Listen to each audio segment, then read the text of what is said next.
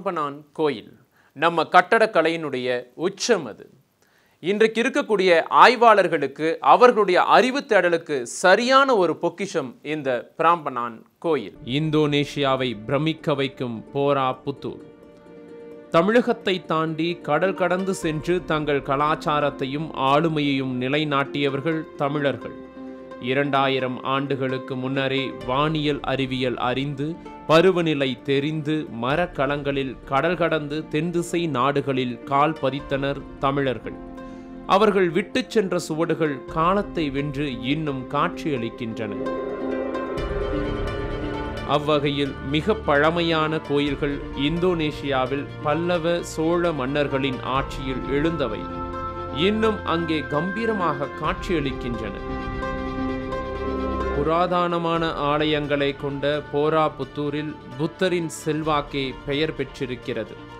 ஆனால் ஒரு காலத்தில் இங்கே சிவன் திருமால் ஆலயங்கள் இருந்ததை காட்டும் ஆதாரங்களும் இருக்கின்றன. இந்து பௌத்த வேற்றுமை இன்றி ஒன்றர கலந்த கலாச்சாரத்தை இன்று இங்கே நாம் காண்கின்றோம். போரா புத்தூர். போரா புத்தூர் என்கின்ற சமஸ்கிருத சொல்லின் பொருள் மலை மீதிருக்கும் ஆலயங்கள் என்றாகும்.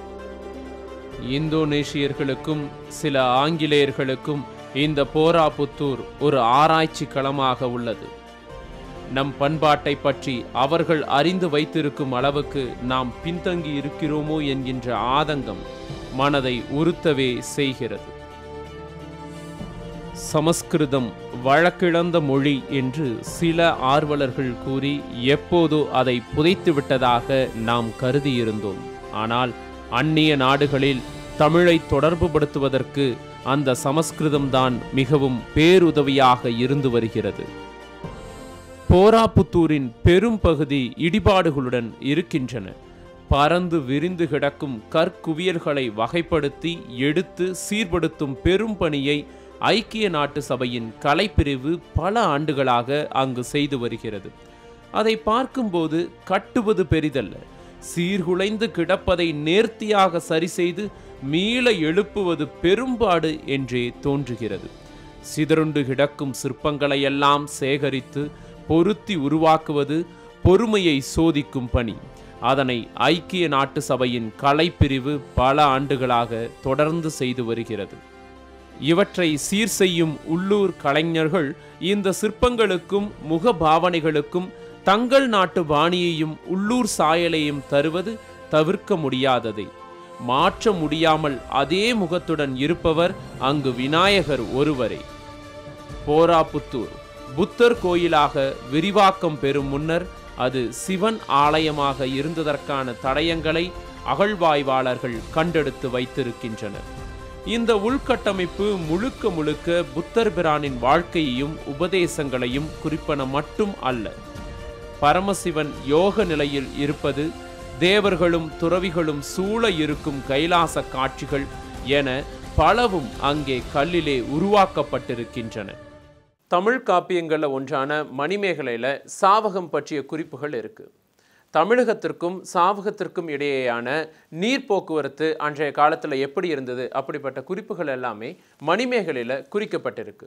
இதே போல இன்னும் பல தொடர்புகள் அன்றைக்கு சோழ பேரரசு சாவக நாட்டை சார்ந்தவர்களோடு தொடர்பு வச்சிருக்காங்க. இப்படி சாவக நாட்டினுடைய அதிகப்படியான தொடர்பு வைத்திருந்தவர்கள் சோழர்கள். ஒரு டச்சு புகையிலை தோட்ட உரிமையாளர் முதலில் ஒப்பந்த கூலிகளாக 25 தமிழர்களை 1873 இறக்குமதி செய்தார். பாக்கு தோட்டங்களை சுத்தப்படுத்தவும், குடிநீர் கொண்டு வரவும், மாட்டு வண்டி ஓட்டவும், சாக்கடைகளையும் சாலைகளையும் அமைக்கவும் அவர்கள் பயன்படுத்தப்பட்டதாக தெரிகிறது. 1875 கூலித்தமிழர்களின் எண்ணிக்கை 1000ஆக உயர்ந்தது. தமிழர்களுக்கென மேற்பார்வையாளர் ஒருவர் தோட்டங்கள் தோறும் நியமிக்கப்பட்டார். தோட்ட மேற்பார்வையாளர்கள் செய்த கொடுமைகளை பொறுக்காது கூலித்தமிழர்கள் ஓடினால் டச்சுக்காரர்கள் ஓடியவர்களை பிடித்து 6 மாத கால சிறை தண்டனை விதித்தனர். சிறை சென்ற தமிழர்கள் அரசாங்க சாலைகளை அமைக்க பயன்படுத்தப்பட்டனர்.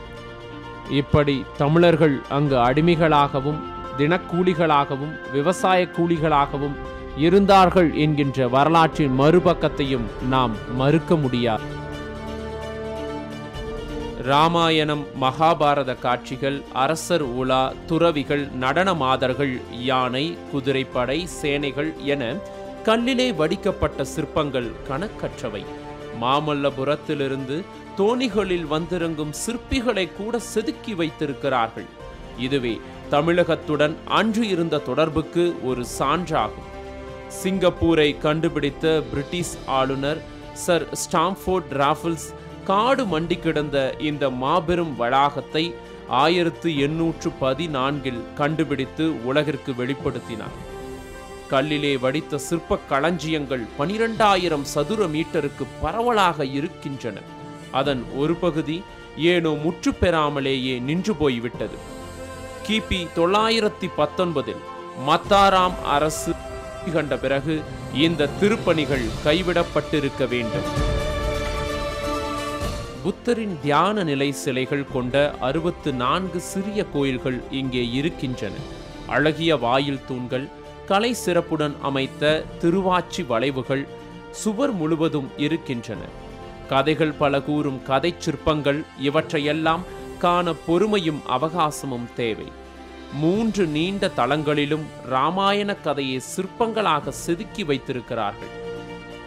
அனுமன் ராமரின் கணையாழியை கொண்டு போய் சீதையிடம் பணிவுடன் கொடுப்பதும், கணையாழியை பெற்ற சீதை நாணி கொண்டு ராமருடன் இருந்த இனிய நாட்களை நினைப்பதும் அப்படியே திரைப்பட காட்சி போல் சிற்பிகள் கல்லில் செதுக்கி இருப்பதை கண்டு வியக்காமல் இருக்க முடியாது. வானர சேனைகளின் லூட்டிகளை வேடிக்கையாக சித்தரித்திருக்கிறார்கள். இதுபோன்று எத்தனையோ கதைகள் கல்லிலே காவியமாக காட்சியளிக்கின்றன. போராபுத்தூரில் குனோங் போகிர் என்ற இடத்தில் ஓர் அழகிய சிவன் கோயில் இருக்கிறது. இது மன்னன் முதலாம் சஞ்சயா ஆட்சியில் கிபி 732 கட்டப்பட்டது. மூலவர் சிவலிங்கம் அகஸ்தியரால் நிறுவப்பட்டது என ஒரு கல்வெட்டு செய்தி கூறுகிறது. ஆய்வு செய்யப்பட்டு ஆவணப்படுத்தப்பட வேண்டிய கண்டுபிடிப்பு இது. அரசர்கள் இந்த ஜாவா தீவோட தொடர்பு வைத்திருந்தாங்க அப்படின்னு கூறக்கூடிய இந்த வேளையில் நம்முடைய தமிழர்கள் அங்கே கூலி தொழிலாளர்களாக போனாங்க அப்படிங்கிறதையும் நம்மளால் மறுக்க முடியாது, மறைக்கவும் முடியாது. அப்படிப்பட்ட நம் தமிழர்களுடைய இன்றைய நிலை என்ன? கிபி 3 முதல் 14ஆம் நூற்றாண்டு வரை ஸ்ரீ விஜய சாம்ராஜ்யம் இந்தோனேசியாவில் இருந்தது. இதற்கிடையில் 8 மற்றும் 9ஆம் நூற்றாண்டுகளில் ஸ்ரீ சைலேந்திரா, மத்தாராம், 12ஆம் நூற்றாண்டில் சிங்கசாரி, மஜாபாகிட் முதலிய மன்னர்களின் ஆட்சியில் கட்டப்பட்ட ஆலயங்கள் ஆங்காங்கே அடையாளம் காணப்பட்டிருக்கின்றன. 10ஆம் நூற்றாண்டில் புத்த சமயம் பரவலாக பின்பற்றப்பட்ட பொழுது புத்தரின் பூர்வ பிறப்பு ராமர் என்று கூறி இந்து கோயில்களையும் புத்த சமயத்திற்கு மாற்றினர். புத்தர் ஜாதக கதைகளில் இராமாயணமும் இடம்பெற்றது. வாயாங் என்ற நிழலாட்டம், பொம்மலாட்டம், நாட்டுப்புற கலைகளாக இராமாயணம், மகாபாரத கதைகள் புகழ் பெற்றன. 1950 வரை மலேசியாவில் பல மாநிலங்களில் பரவலாக வளர்ந்த இந்த கலைகள் தீவிர சமயவாதிகளின் போக்கினால் இன்று அங்கே அவை மறைந்துவிட்டன. ஓம் என்ற சொல் மந்திர ஒலியாக இருப்பதால் யோக தியான பயிற்சிகள் கூட ஆகாது என தடையும் செய்திருக்கிறார்கள். இந்தோனேஷியாவில் இன்றைக்கு இருக்கக்கூடிய கோயில்களும் சரி, அங்கு நடக்கக்கூடிய பூஜைகளும் சரி, அங்கு இருக்கக்கூடிய திருவிழாக்கள், பாவை கூத்துகள், சிவராத்திரி திருவிழா, இவை எல்லாமே நம்மளுடைய அடையாளங்கள். கிபி 750ஆம் ஆண்டில் சைலேந்திர மன்னரின் ஆட்சியில் எழுப்பப்பட்ட பிரம்மாண்டமான ஆலய கட்டுமானங்களை கிழக்கு ஜாவா மாநிலத்தில் காணலாம். கிபி 842 இங்கே கிடைத்த ஒரு கல்வெட்டில் போதி சத்துவரின் 10 விதமான தெய்வீக தோற்றங்கள் கொண்ட சிற்பங்கள் உரைகின்ற இருப்பிடம் போராபுத்தூர் என்று குறிக்கப்பட்டிருக்கிறது. பெரும் கருங்கற்கள் கொண்டு அடுக்கடுக்காக பல தளங்களில் சிற்பங்களும் ஸ்தூபிகளும் புத்தர் சிலைகளும் இடம்பெற்றிருக்கின்றன. இந்த கட்டுமானங்கள் கண்ணுக்கு எட்டிய வரை பல கிலோமீட்டர் தூரத்திற்கு நீண்டிருக்கின்றன. இந்தியாவில் கூட இவ்வளவு பெரிய புத்த வளாகம் இல்லை என்றே கூறப்படுகிறது. அதுபோல் கம்போடியாவில் இருக்கும் அங்கோர்வாட் திருமால் ஆலயத்தின் சுற்றுத்தலமும் உலகிலேயே மிக நீளமானது. காமதாது, ரூபதாது, அரூபதாது என்று 3 நிலைகளை கடந்தாலே சிகரமான தெய்வீகத்தன்மையை அடைய முடியும் என்பதை விளக்க 3 கிலோமீட்டர் நீளத்திற்கு இந்த பிரம்மாண்டமான போராபுத்தூர் கட்டமைப்பை உருவாக்கி இருக்கிறார்கள். புத்தருக்கு முன்னரே இதே சித்தாந்த நெறிகளை பதி, பசு, பாசம் மற்றும் சரியை, கிரியை, யோகம், ஞானம் என்றெல்லாம் நம் அருளாளர்கள் வகுத்திருக்கிறார்கள் என்பது நம் நினைவில் இன்றும் இருக்கிறது. பொருளாதார ரீதியாக இந்தோனேஷியாவில் உள்ள தமிழர்கள் இன்றைக்கு சற்று பின்தங்கி இருந்தாலும் நம்முடைய முன்னோர்கள் அங்கு கட்டிய கோயில்கள் நம் பாரம்பரிய பெருமையையும் பண்பாட்டு சிறப்பையும் நம்முடைய அடையாளங்களையும் உலகத்திற்கு காண்பித்து கொண்டிருக்கிறது. இன்றைக்கு ஆய்வாளர்களுக்கு தேவையான ஒரு அறிவு புதையலாக அங்கிருக்கக்கூடிய கோயில்கள் பறைசாற்றி கொண்டிருக்கின்றன நம் பெருமையை. இப்படி உலகத்தின் பெரும்பகுதிகளில் நாம் விட்டு வந்த அடையாளங்கள் எல்லாம் இன்றைக்கு உலக அதிசயங்களாக மாறி வருகின்றன. நம் முன்னோர்களுடைய அருமையையும் பெருமையையும் உணர்வோம். அவர்கள் இந்த மண்ணிற்கும் மக்களுக்கும் பெற்றுத்தந்த பெருமையை என்றைக்கும் மறவாமல் காப்போம்.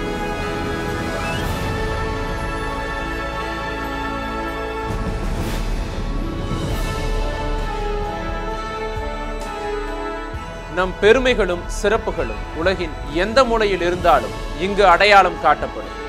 இது அறிவு தேடல். நம் தேடல் தொடரும். 8ஆம் அறிவு. நன்றி, வணக்கம்.